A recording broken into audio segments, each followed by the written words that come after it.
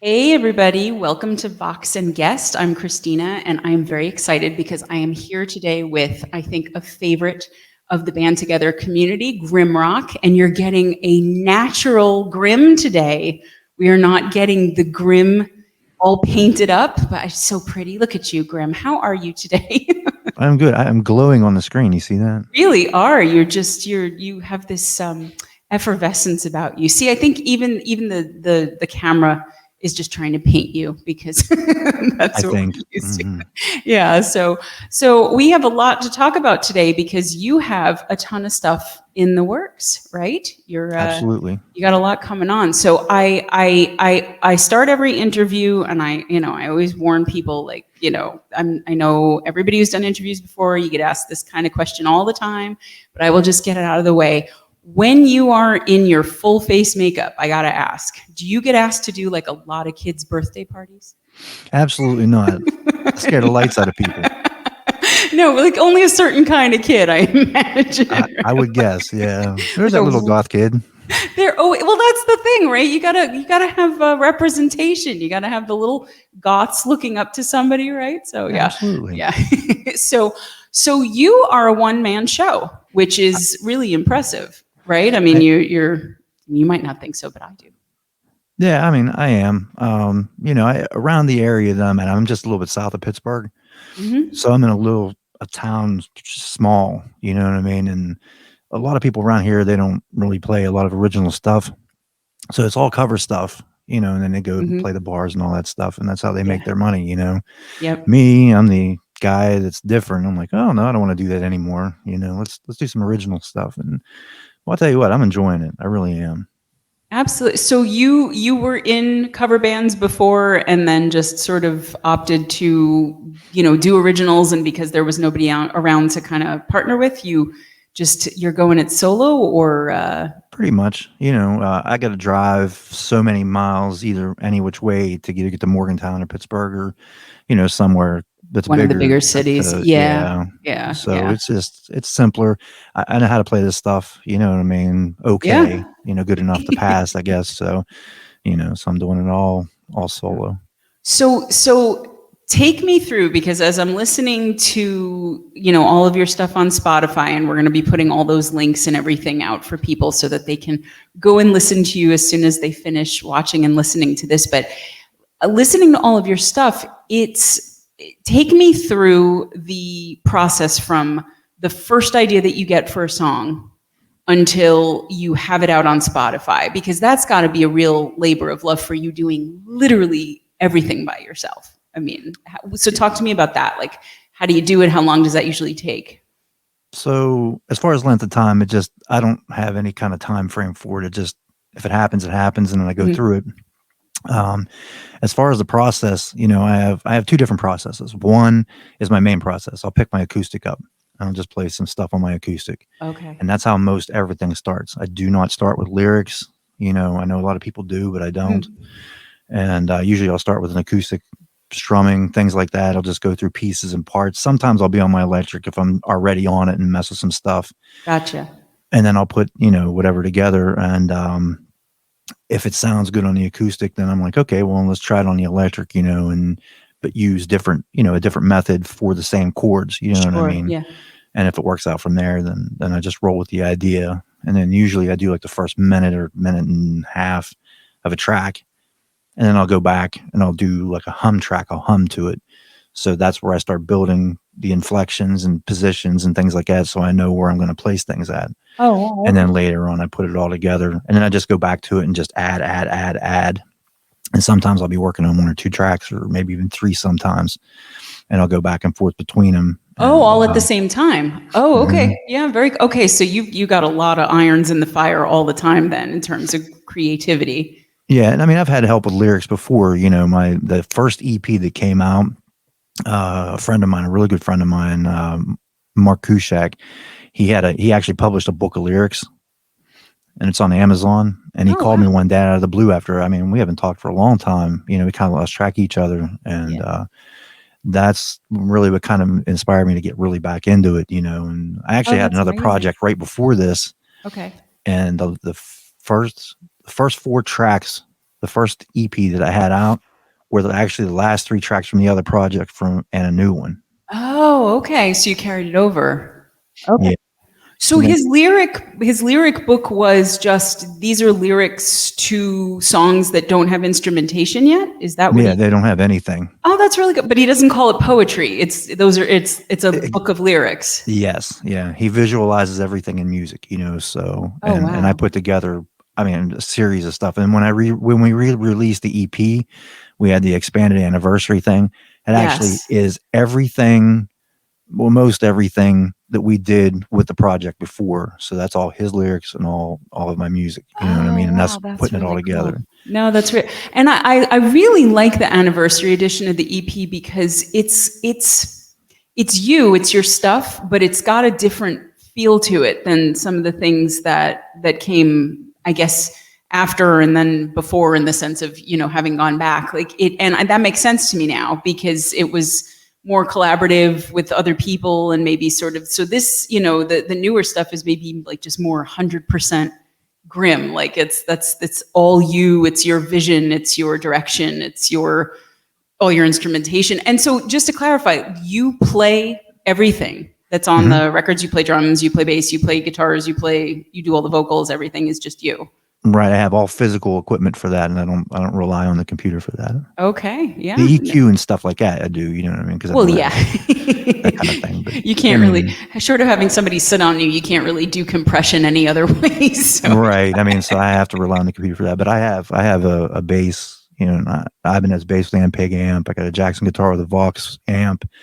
I have an Alesis kit, a really nice Alesis kit. It's not the top line; it's the next one down from there. Is what I use for drums. And Crazy Me put a double bass drum pedal on it. Excellent. I made that. Excellent. And I run everything through. Everything's PreSonus otherwise, except for my mix board is a Mackie. But oh yeah, no, you definitely went with the right brands there. You're not there's no Wish version of gear in your house. That's a very good thing. So so yeah, I mean it's do you find that process liberating, lonely, both, neither, something else? I mean, because I know I talk to a lot of musicians who are solo acts, and some of them love it. They love having total creative control. Some of them, they do it mainly out of necessity because, as you said, there's just nobody around to work with. But so how does it change for you? How do you mostly feel being a one-man show? Oh, it's liberating. It definitely is liberating. I get bummed out every once in a while because it's like, man, I get stuck somewhere and like, man, I wish I had somebody else's input. Yeah. You know what I mean? Yeah. And that's where I come in with other collaborations, like with Trench Gun and Al Warren and other ones, that I've done, so I get to have a, feel of unity with somebody else with their track, you know what I mean? And then Absolutely. I go back to mine or whatever. So. And when you do the collabs, is that more of all of you sit down together and kind of start it from the beginning? Or are you sometimes sending pieces that they're adding to, they sometimes send pieces you add to? What's the process for that versus what you're doing ordinarily by yourself? Well, with Trench Gun, he always sends me stuff. And then I'll throw leads on it or, a synth or something or whatever. And Al Warren was different though, because that's completely different than what I would normally do. Mm-hmm. And he had actually sent me an acoustic track, and I played drums and bass. I played a little lead on it, and he did all the rest of the vocals, the strings. He did everything. The rest of it was him. Okay, which was really nice. You know what I mean? Less work for you. I love working with him. No, that's really, yeah. Well, yeah, everybody. But so it's cool. It sounds like you have different processes for every project that you're doing, that's got to keep it fresh too, right? Because if you're doing the same thing all the time by yourself, it could get, well, I don't know if it could get stale with you, honestly, because you have such an anthemic, just kick-ass sound that, it's got to be fun just to play it, right? I mean, and I should probably back up a little bit and sort of, you alluded to a little bit, but how did you get into music in the first place? And when was that? Were you a little kid? Was it when you were older? I was small. I'd mentioned my dad, much, whatever, and we'll talk about him again. But, really, he was a classical musician, but he had psychedelic records in his basement, you know what I mean? And that's where I picked up everything from, Sure. I mean? Just the psychedelic stuff. So I ran into a stack of 45s one day, and Shadows of Night, Gloria, but it was Gloria 69, so it wasn't the 66 version.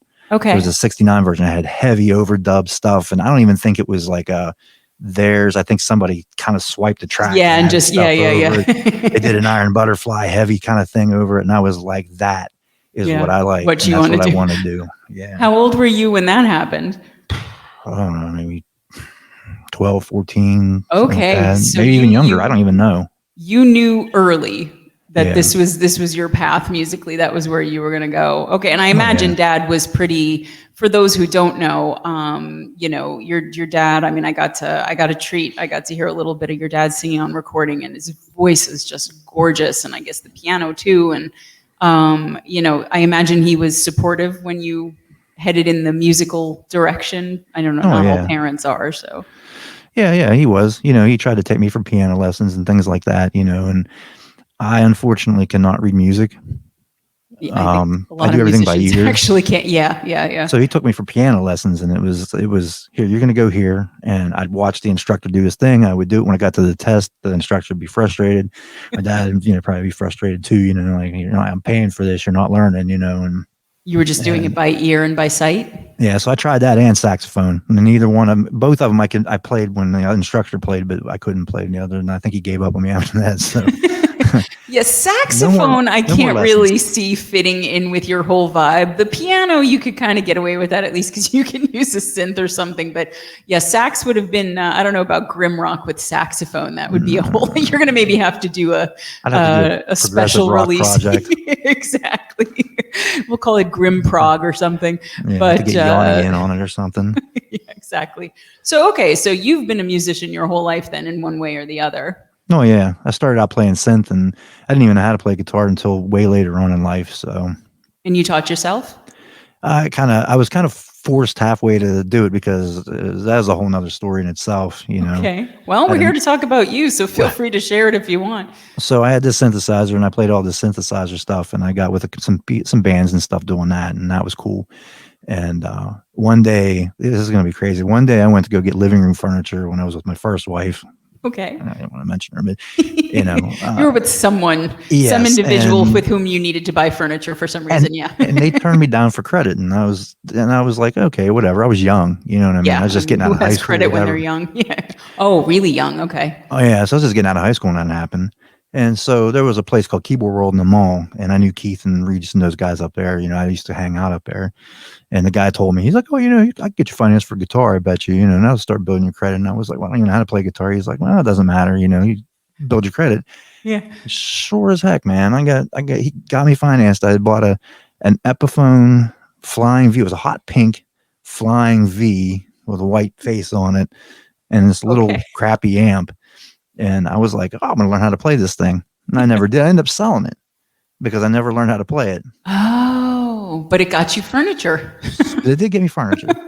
Okay, so. But, well, yeah. Well, then maybe you lost the furniture. I was going to say you got her furniture. Yeah, I mean, that's not the ideal situation. But no, so really, okay, that is actually a great story. You got into guitar sort of to buy furniture. I love it. Who has a story like that? And later on, like 4 or 5 years later on, I moved into this apartment, and I was in the upstairs apartment, and I kept hearing music from downstairs. And it was loud, but it was sounded familiar, but I couldn't tell what it was, you know. And I know a lot of music, you know. Yeah, sure. So one day I decided I'm gonna go down and knock on this guy's door, you know. So I go down and knock on his door, and I said, "Hey, man," I said, I'm your neighbor upstairs. I said, "I hear your music." Oh, he said, "I'll turn it down." It's like, no. I was like, I'm trying to figure out what it is because it sounds familiar, but I can't place it. And you're like, "What is it?" And he's like, "Oh, I play this."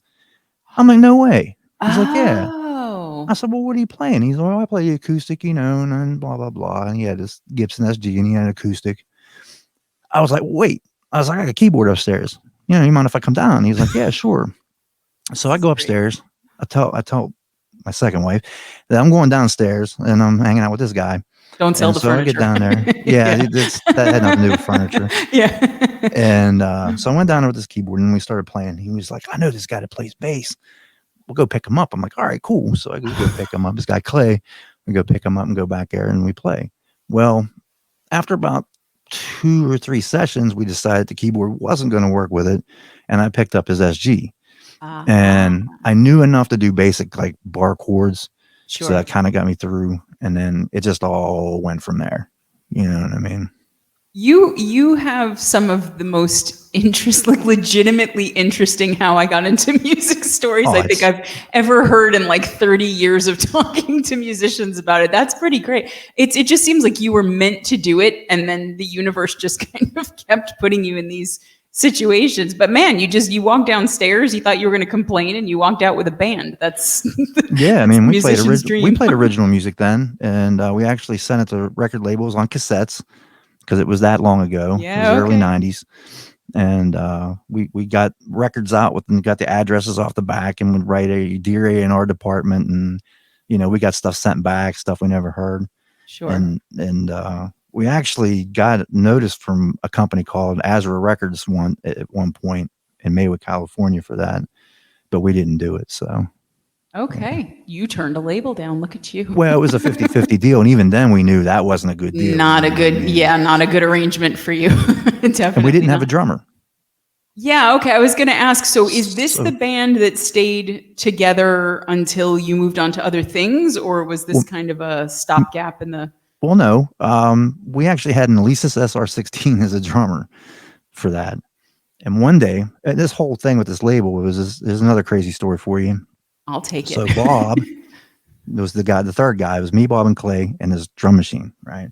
Yeah. And so we're downstairs one day, and we're all drinking and stuff, and Bob's already 3 sheets to the wind, Indian style with a cowboy hat. Okay. Maracas, and this bongo. He's sitting on the floor, banging on his bongos with maracas, right? So the rest of us me and Clay were already drunk, so we decided we were going to play along with it. So we made this track called the 2020 Rain Dance because we were drinking 2020 that night. That's what we named it. And it was just a one-time jam. We never played it again. I don't think any of us really remember how to play it. Right, you know what I mean? But we added But we added it to this cassette. And the guy that wanted us in that label asked us to put our drummer outside because we had a phone call with him once. That's how we found out all the rest of the details with it.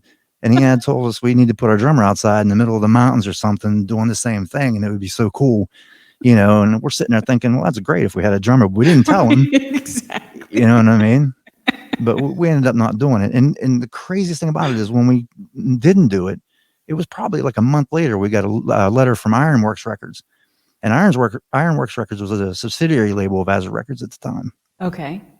And he was talking about, we're going to do 100%, but it's going to be Japan. And we're like, we're a bunch of drunks playing stuff. We're not going to go to Japan for anything. How are we going to get to Japan, Yeah, right. So we never. You bring Japan here? Yeah, so we never did it. But Bob, we could play, and Bob and me and Clay played a whole bunch of stuff later on. You know what I mean?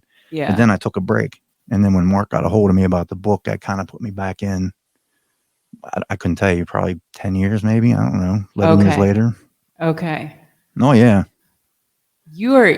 Man, you got a story for everything. Yeah, and it's nuts. And people look at me like, you really serious? I'm like, oh, yeah. You can, like, yeah, no. And ask my ex-wife if you want to try to call her. I'm not calling her. No, when I talked to her earlier, she was not in a good mood. So no, I'm just she's still not in a good mood, and it's been 30 years. So I don't know. But she does have excellent furniture. I got to tell you so. She probably sold. She probably burned it. I don't know. So you're au naturel today, as we said. But usually, when you're performing, you're in full face makeup. You got the whole thing, the hat. You got the whole look. How did the GrimRock aesthetic evolve? How did you decide that was going to be the look? Well, it was a Halloween costume for a work party a long time ago. Okay. And I wore this stuff, and I actually have a picture of the original costume. I'll have to send it to you so you could see it. Yeah, definitely. And we went to this work party, and it disturbed so many people because I didn't talk. I was like behind people. You were in character. Oh, yeah, I was definitely in character, and it disturbed so many people. I was like, I'm going to do this. I'm going to use this one day. And like, I want to disturb more people. Yeah, and that was it. Here I am. Yeah, that was it. Again. So how long does it take to get into GrimRock costume? It depends. If my wife does it, it's faster. If I do it, it looks a lot sloppier, but I'm quicker with it. Well, that's why it's faster if you're not, she wants to prettify you. She's trying to make them all nice. I'm like this, trying to get it in my eye. I'm like squinting and trying to wash it out, like just burning out your eyes. when I'm on my lives, I'm like winking, people probably thinking. Actually, that works even better, right? It's creepier in that way. It's definitely creepy. If you're standing there blinking at people like that. People probably thinking I have some kind of issue or something. Yeah, absolutely. But so I wanted to get into a little bit more about what you've been working on now. But before we do that, though, this is the 5th EP that you're putting out, the one that's coming out. So you have obviously now 5 EPs. Do you have songs separate from that? Like, sort of, what's your catalog altogether of people who are looking you up? I mean, I know there's a lot on Spotify. Is everything on Spotify for you? Everything is on Spotify that Okay. I did put out, except for these newer ones. And I have a folder of working stuff, a folder of stuff that I have ideas, and then I have a folder that I'm working to complete.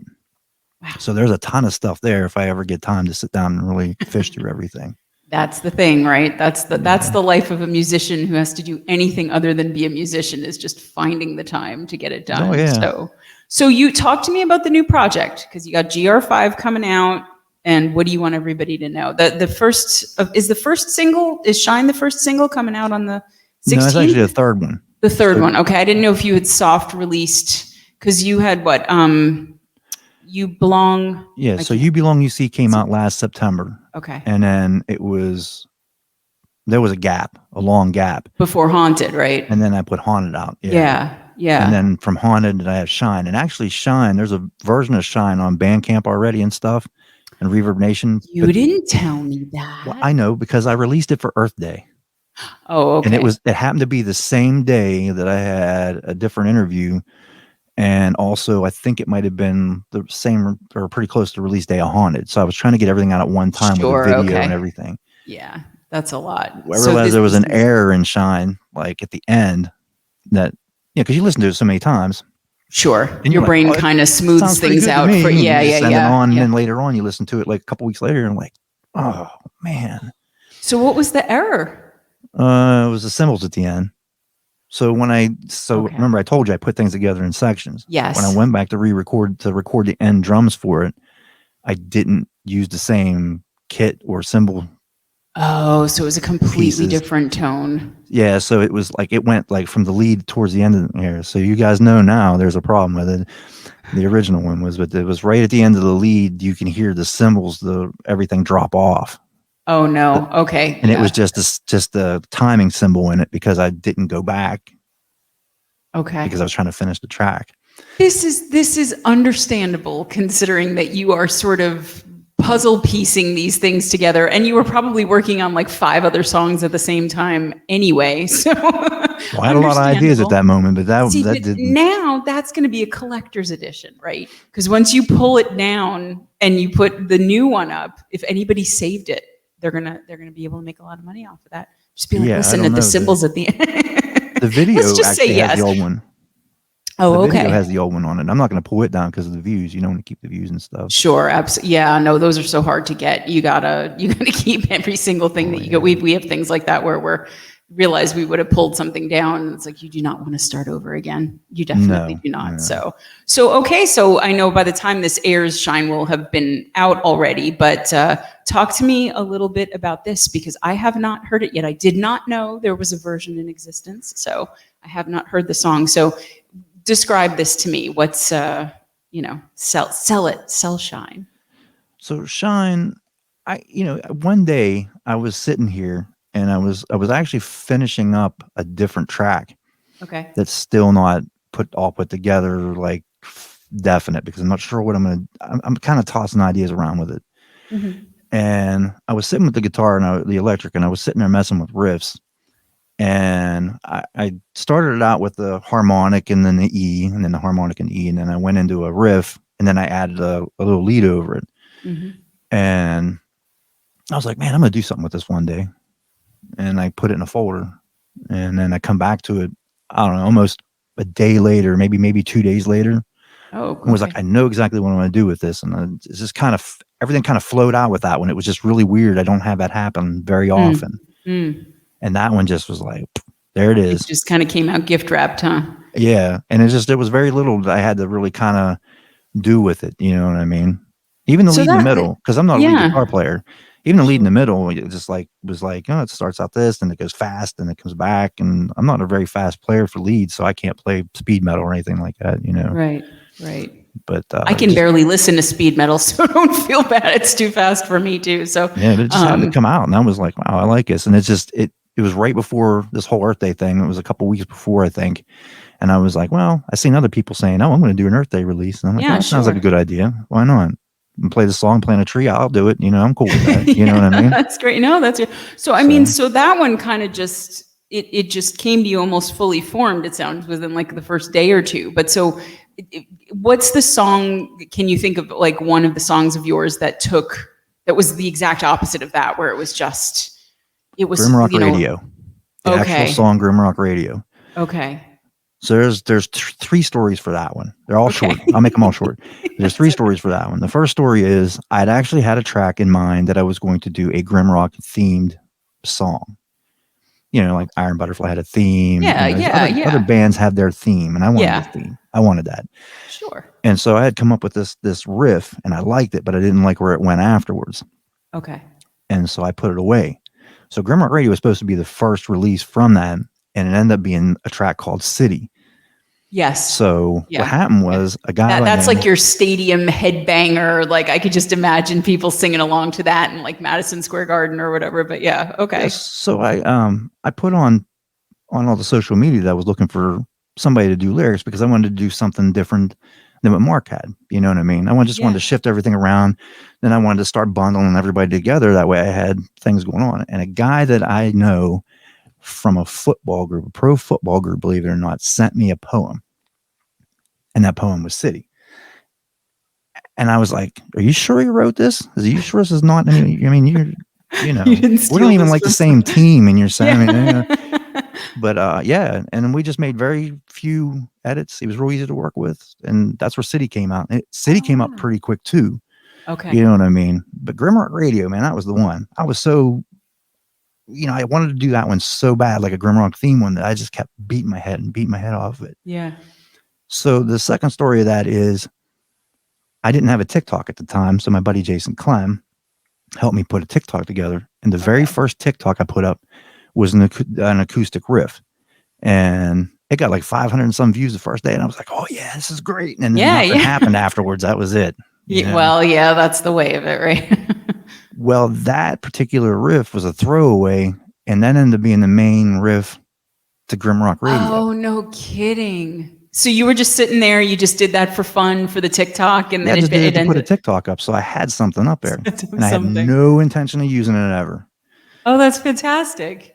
And so, when did you realize that was the riff to finish the song? Way later.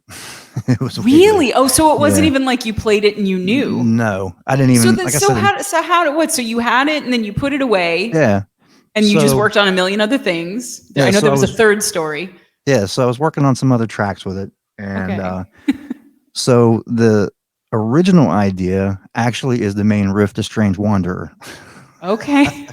So that happened. It just all got flipped around. Well, but now that's a sort of a darker, more kind of spare.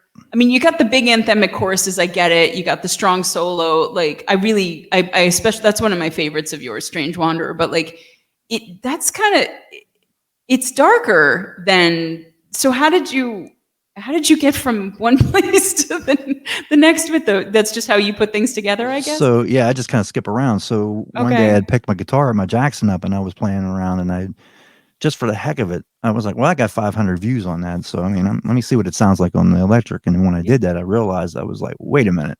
I like this. It's catchy, and I built it all around there and then ended up with the GrimRock Radio song. Which leads me to the third story. So the third story actually is right before it was released officially, the single, because it was released twice. There's another twice release.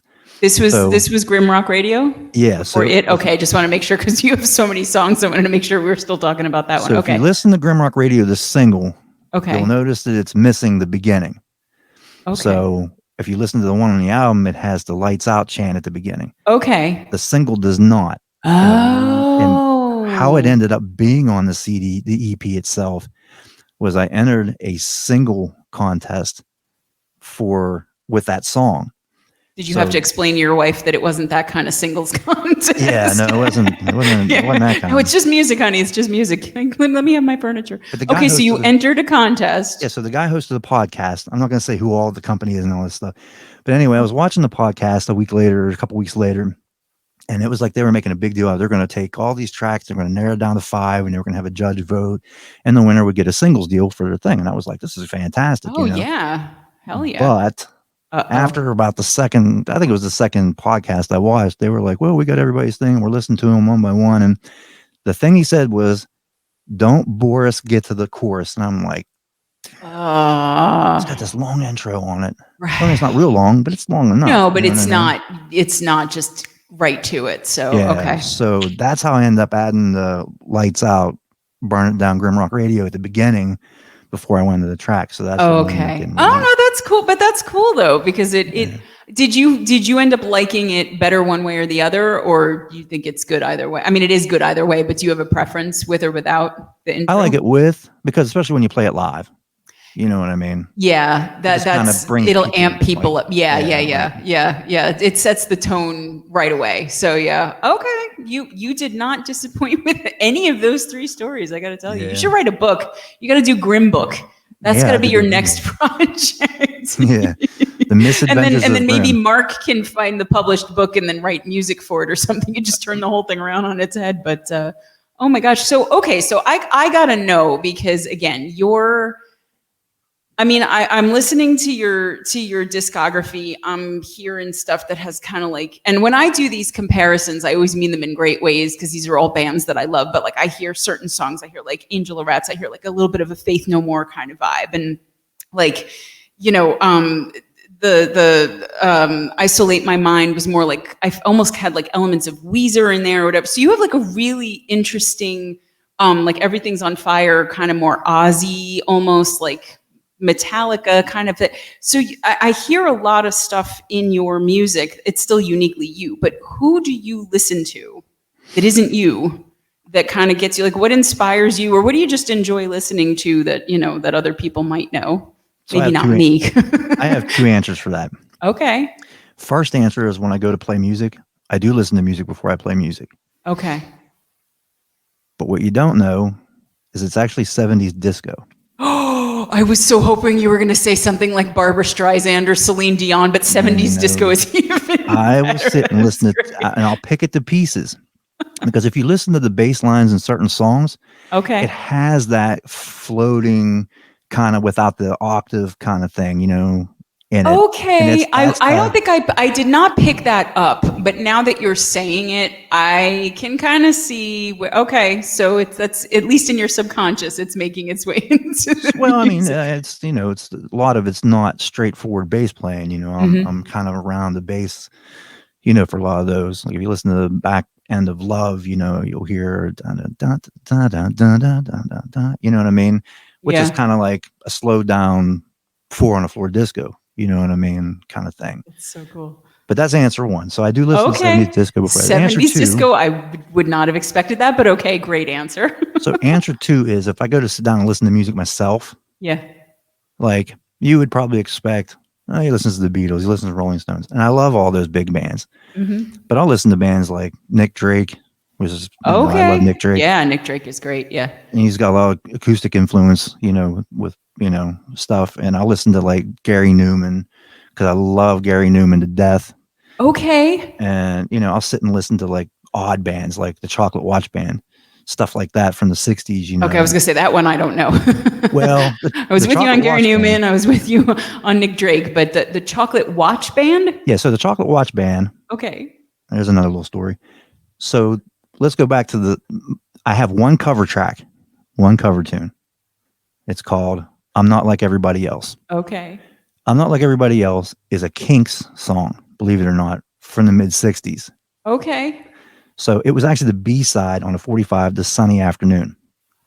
Oh, no kidding. So if you look that up, it's true.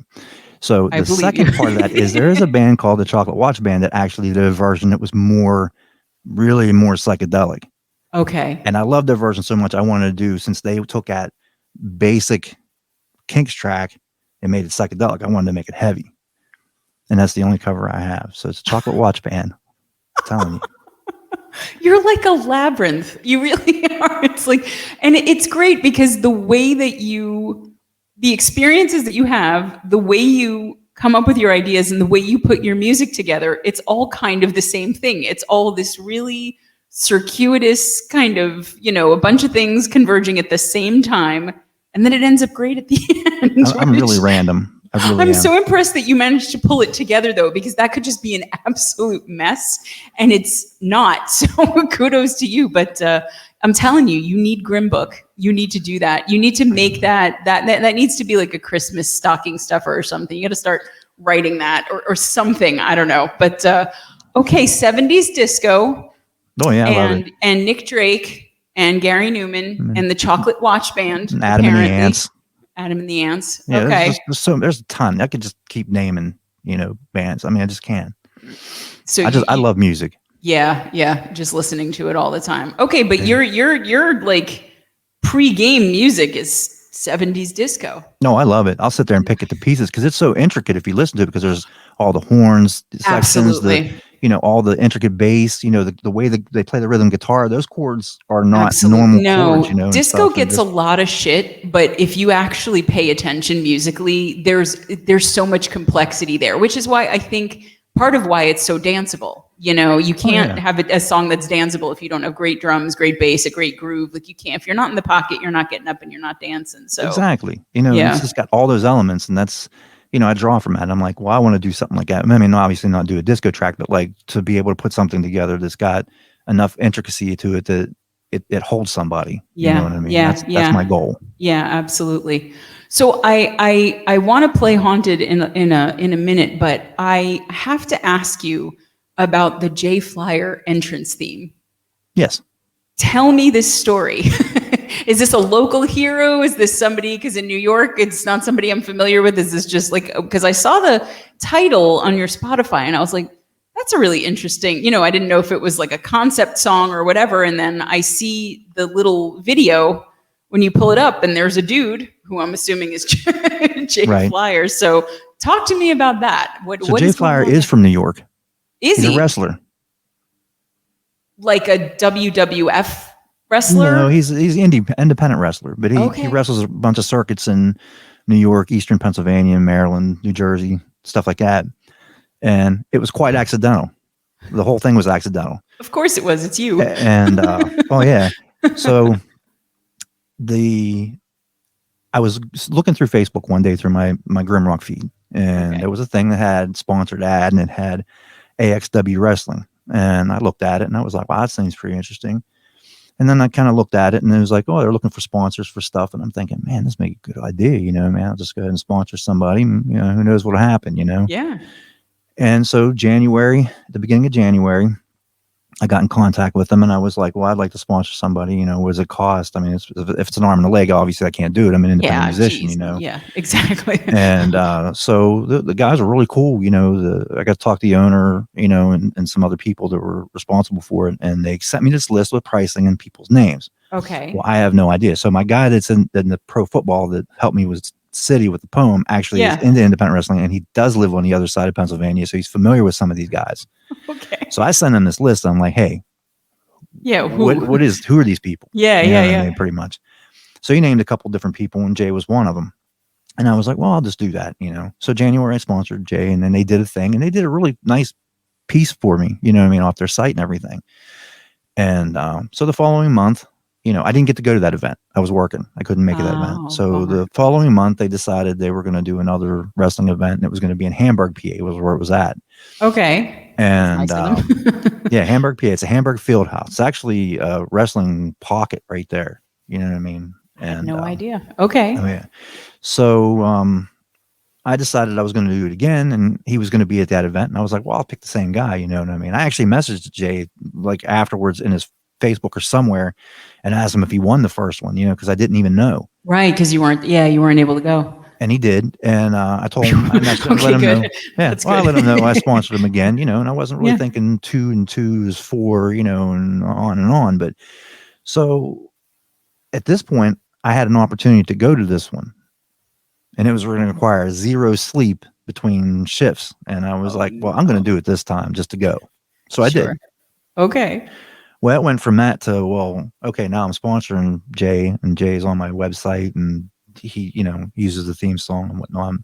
And I actually have a video of him coming in with that entrance theme at that event. Oh, that's cool. And then the announcer up there going, "It's GrimRock," Yeah. doing their thing, whatever they do. And you ding, ding, ding, he comes running out, and just, yeah, it was really cool. It was a really cool thing. So I've sponsored him and the XW, for the past so many months, you know what I mean? So it's been a really, really cool, really cool.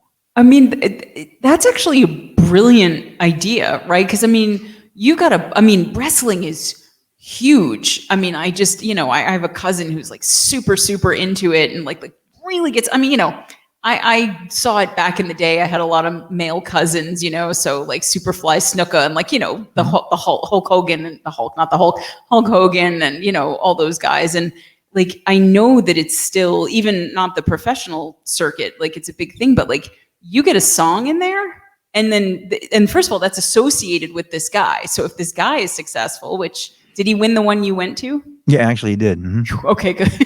It was worth staying up for then. But I mean, well, like, I wouldn't have been upset either way. I mean, it was just the experience was just outstanding. Yeah. You know what I mean? Yeah. Well, no, especially just to hear your music, and I'm assuming it's like thundering on the speakers. Oh, yeah, it was through a PA, and I was worried so cool. to death about it, man. Because when I got there, I'm thinking, well, I don't have anything big enough to play anything like that to know exactly what it sounds like through a big system. So it's probably going to sound like crap, warts and all. Yeah, I mean? yeah. But it you were actually happy? sounded really good. Oh yeah, No, that's I was good. really surprised. Well, I guess if it sounds good in your car, then it'll sound good pretty much anywhere. That's the real test, that's right? what I was hoping. That's it, the car speakers. So, okay, I was not sure if the name Flyer was like he's some sort of aerial, acrobat or what. I didn't know what it was, but that's yet another cool GrimRock story. Yeah. So there you go, Jay. I love you, brother. Yeah, woohoo, Jay! Kick whoever's ass you're fighting next. So that's right. So let's take a minute here. Do you want to just introduce Haunted before we play the video? Anything specific you want to say about it that we haven't already covered? Haunted is the second of 3 singles that's going to be out for this GR5 disc, and I got to tip my hat to Louis Tivy, who also, okay. We have that thing going back and forth. Yeah, I know. Yeah. But he actually, that's his wife that's in the video, and they're over from Staffordshire, UK. You're kidding. That's his wife? He had took those shots for me. So I have Goth Model in his wife's name, not to be like kind of to try to get whatever. Yeah. But to be professional about it, you know what I mean? And that's her in the video, and I thank Tivy for that, man. He's super cool. I talk to him daily. We talk daily. Oh, that's so cool. It was for those who don't know what Grim and I are referring to when we started this Vox and Guest project, and we started scheduling people. The two of them were having this hilarious one-up thing back and forth of, who was, I think you made the first promo post, and then did Lewis, he had like a little his was reel all or something with his logo, and I'm like, oh, wait a minute. And Grim was like, I can do better than that. So then you had the whole video with us and you and the logo and everything. And I think you might have won that one because I didn't see Lewis come back with anything. So I think you might have gotten the TKO. I win. You win. So okay, so let's treat everybody to Haunted by GrimRock.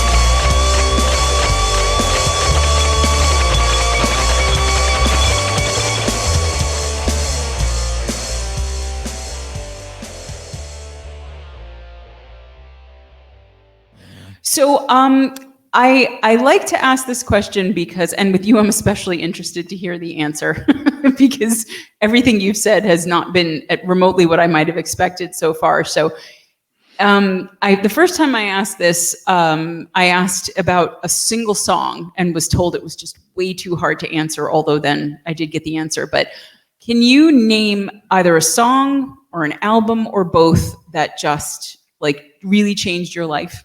Like something that just, besides obviously, we already talked about when you were a kid, but like, maybe once you knew you were a musician, something when you were older that just maybe isn't even your favorite, but something that was kind of an epiphany for you, a new style, anything like that that you can think of? I don't know about new style. I mean, like I said, I listen to a lot of different things, but I think the main album and track that I can say that really kind of drove me to try to learn how to do everything was, believe it or not, it was a Jimi Hendrix album, was Axis Bold as Love. And the song Hendrix, Axis. really? Yeah, Okay. so it wasn't even any of the like the real popular stuff Yeah, or yeah, anything. yeah. The actual song Axis Bold as Love Yeah, is I my don't know favorite that. song, my favorite Hendrix song. So if you Okay. haven't listened to it, you got to listen to it because when he does it, there's so many styles and different things that's happening in there. And just the way he does it really is like a real eye opener because it's not the same as Foxy Lady and Fire and Purple Haze. It's not. And at the very end, there's this drum roll that's kind of sounds like backwards and phased or whatever. And he Okay. rips into this solo and it slow starts and it keeps going faster and faster and it fades out. And it kind of upsets me in a way because I feel like, a recording studio probably sat there and played a long time. Yeah, and they just cut And it I would love to hear the know whole if he thing. played more because it was so crazy at the end. He was just going, I mean, it was just great. Like the build up from the beginning, the start to the end. That's the track. That's the song for me. That's your life changer. That is because I was like, I'm going to learn how to play a lead guitar. I'm going to do this. I love how you put together. I want to put stuff together like that. And that's probably, why I do things so random, you know what I mean? Because there's so many facets to that particular song and there's so many things, going on that I just, I'm See, trying to put something together like that, and it doesn't happen, exactly. No, but that I think that's really interesting to me because one of my favorite things in talking to different musicians is that you would think there wouldn't be that many different answers necessarily to the process of getting an idea, starting the song, putting it together, recording it, finishing it. But everybody's process is different, and for you, it almost seems like the process is part of the music, right? I mean, it makes sense because like even in Haunted, there's that little break where you're sort of whispering and it changes the whole feel of the song for a few seconds there, and then you bring it back. And I've noticed that in almost all of the songs I think that I've listened to, which was most of them, that you don't start and end in the same place. It's not that the song isn't cohesive. It's not that it's not, it's not that it doesn't all work together, but you're not locked into any one thing from song to song. And even within a song, you're not locked into any one idea. And now knowing how you put things together, that both makes a ton of sense to me. And I'm also wondering how you keep track of that, because it's not like you're just putting together something that's sort of a straightforward song from beginning to end. Your songs, they go in different places. How do you not lose the thread, since you're not doing the song in a linear fashion and you're not even just doing one song at the same time? Like, how do you keep track of all of that?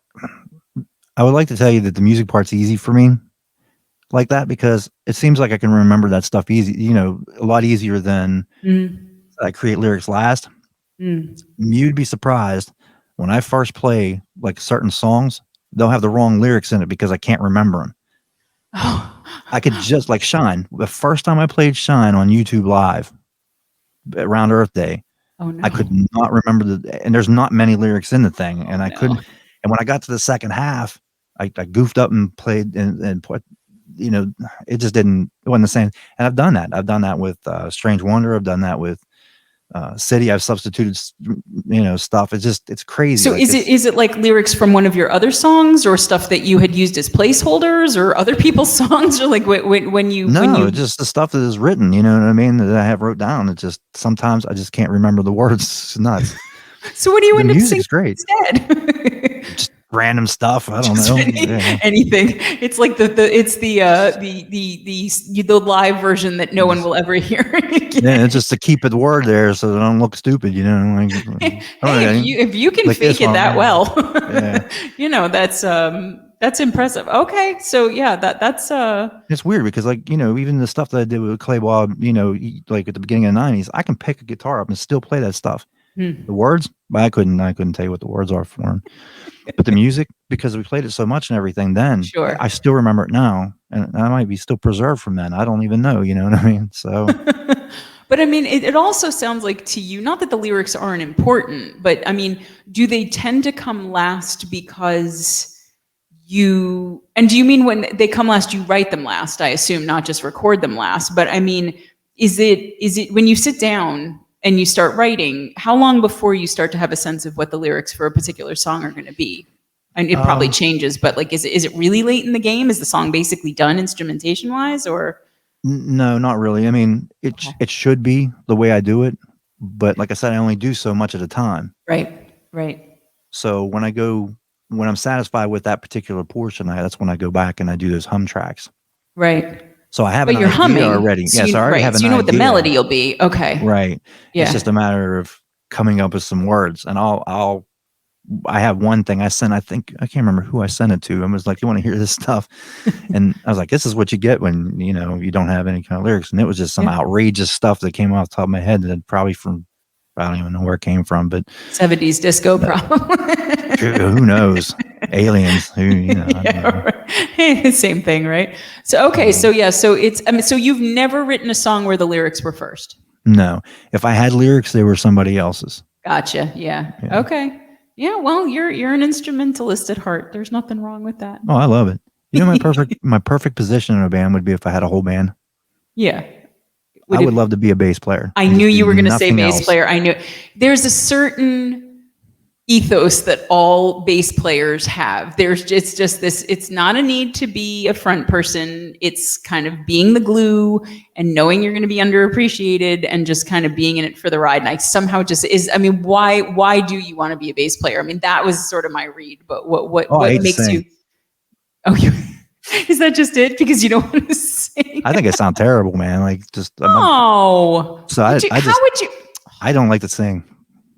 But so it's out of necessity. So if you, first of all, I'm mad at you for saying that about yourself. But secondly, do you ever think about just, because I mean, look, even if there's nobody local, especially even just online in the community that you and I are in together, there are so many people. Do you ever think about collaborating at least on vocals, for something? Or since you hate to do it, you really hate to do it? I don't like doing vocals. I really don't. Man, because I'll tell you, a singing bass player, you never want for work. I think I sound whiny. Sound whiny? No, you do not. Besides, even if you did, that would fit with that kind of 80s anthemic, like heavy rock. You're the purveyor. You got it. No. But I mean, do you ever consider that, like getting somebody else to sing with you or for you, or so you don't have to do it? I've had other people offer. I'm not looking for work, by the way. I'm just no. I've had other people offer. You know what I mean? And it's funny because, like I said, I would prefer to play bass, and then I always get asked to play a lead guitar part. That and like I said, I'm not really a lead guitarist. I can get around. I'm like I play like melodic stuff. Because I don't know how to play anything else really. So. And the thing that always gets me is people who can, like you, can sing and play guitar at the same time. It's like I don't know how people manage to do that, but yeah, it's you have the luxury at least. But when you play live, though, how does that work? Are you playing to a track? Are you? So when I play live anywhere, even when I do it here at home or whatever in my little studio, I have. Well, in the studio, I have my computer. And so what I do is I wipe out, I have a backing track. Right. It has no vocals and absolutely no guitars in it. Guitars, right. And that's how I play. So I have a tablet that I take with me when I'm out places. And so the tablet is my band and it's the same track. It's just no vocals and no guitars, period. So when you do sing and play guitar at the same time. So when you hear me play live, you'll notice that the song may seem a little thin in places when I'm playing leads, because I'm playing the actual backtrack and the lead on the studio one. Right. So you strip the rhythm guitar out too? Oh yeah. Okay. Well, yeah. So how are you? And I do that because I feel like I need the practice to do the lead away from everything. Oh, that's really interesting. What I mean?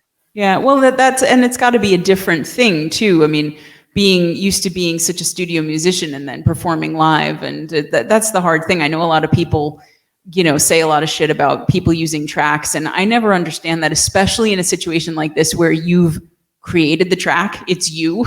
So, I mean, it's I think it's a great, anything that gets people out and playing and gets your music heard, I think is a good thing. So, but that's got to be a different thing for you to be out. I mean, do you play lots of coffee houses, and like what kind of live gigs do you mostly end up doing besides the stuff that you're broadcasting from home? Well, I haven't played a live gig in a while. You know what I mean? I've played like open stage, recently and stuff. Okay. But I haven't played a live one in a while. It was mostly because of my scheduling before. So the last one I actually played was November 18th at the Green Beacon Gallery in Greensburg, Pennsylvania. Okay. And I opened for everybody. And I had my hour of, I got in there, we did the sound check, and when it came up to time, I just went right into a song. I went right into You Belong You See, because that was the new track then. Yeah. And then I introduced myself. Yeah, that was September, right? Yeah. So yeah. Okay.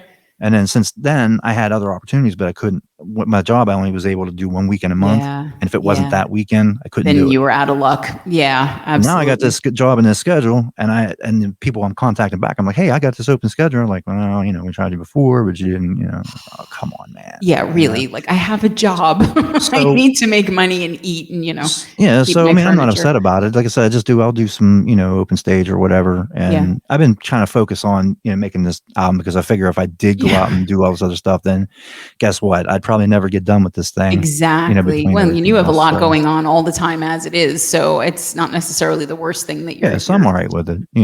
I'll have an opportunity. I know it will. You will. You definitely will, and you'll have all this stuff ready to go. So. Oh yeah, and plus I'll have a bunch of new tracks to put out there too. While I'm doing it, so it won't be the same thing that I did last year. Exactly. Yeah. No. I mean, that's you keep it fresh and you keep it interesting, and it doesn't sound like you're ever going to run out of new things.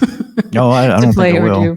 So how many are you going to have? 10 songs on the EP, you think? Do you already know what they are? I'm shooting for 12. I do have 8 tracks that I have names for, and I have a variety of other tracks in between 2 folders that I'm just kind of picking and choosing between. So okay.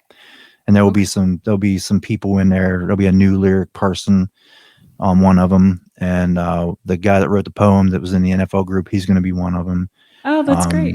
Mark sent me something. I might do one of his again. I don't know. Who knows? You'll discover what your EP is going to be when you finish it. Yeah, when it's done. I mean, like when I get that far, I'll be like, hey, I'll use your stuff now. You still. You're like the accidental musician. I love it. It's like. I mean, it's got to feel right.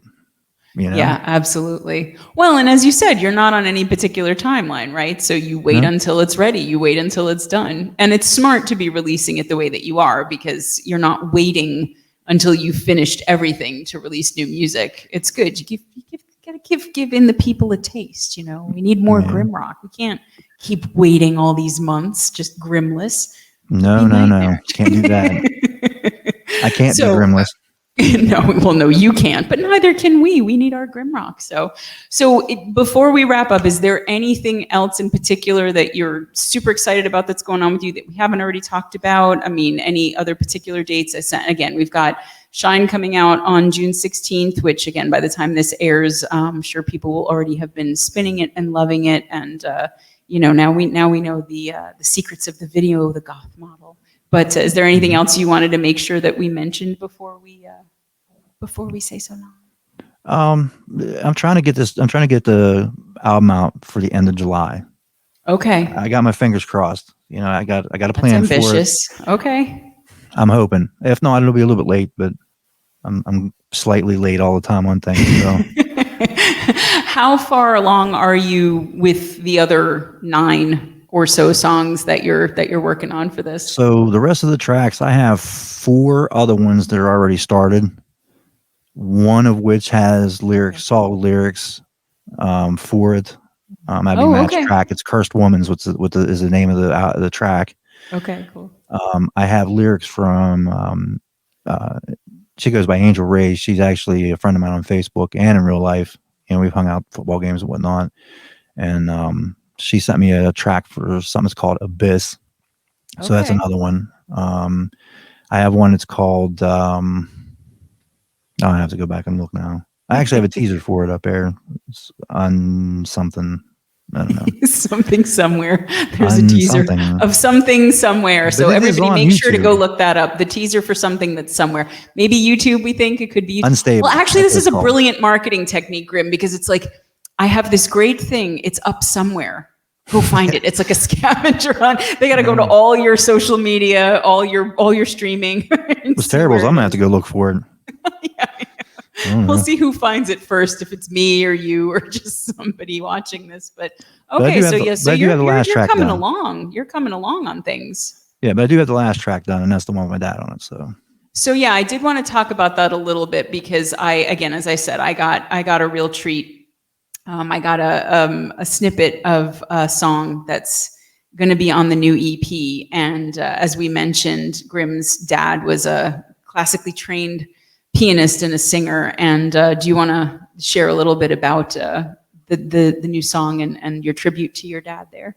So there was I started writing a track and I didn't have a name for it, and I actually put it up on YouTube after I sang a bunch of lines for it, and I was hoping somebody on YouTube would give me a name. Nobody did, so it's technically called My Friend at this point. Okay. But it really didn't have any real relation to my dad in it because I didn't really know what I was going to do with it, like I said at the beginning. You know what I mean? I wanted to have something on there. I just didn't know what. And so when I actually got a hold of my mom for a CD, believe it or not. So it's a CD from May. I don't know. I have it wrote down somewhere. It's either May or August, something 2005 or whatever.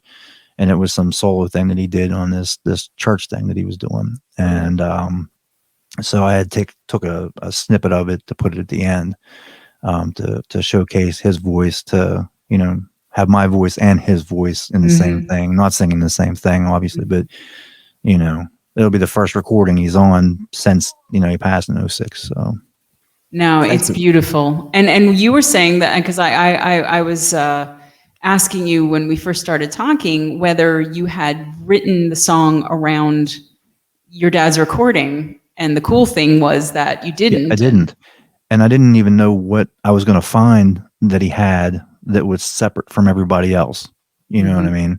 And it just so happened that track is in the same key that my track's in, which that's insane. Amazing. Just, that gives me goosebumps. I love that. And it's really just such, it's interesting because it's a different feel from a lot of your other music, and then to have your dad come in at the end like that there, and it works together so beautifully. So guys, when it comes out, you got to listen to the whole thing, obviously the whole EP, but make sure you pay. Now you'll know that that's Grim Dad yep. at the end of that. But it's just such a beautiful idea, and the fact that it ended up being in the same key without your having planned that is it's so beautiful. So yeah, I love idea. that.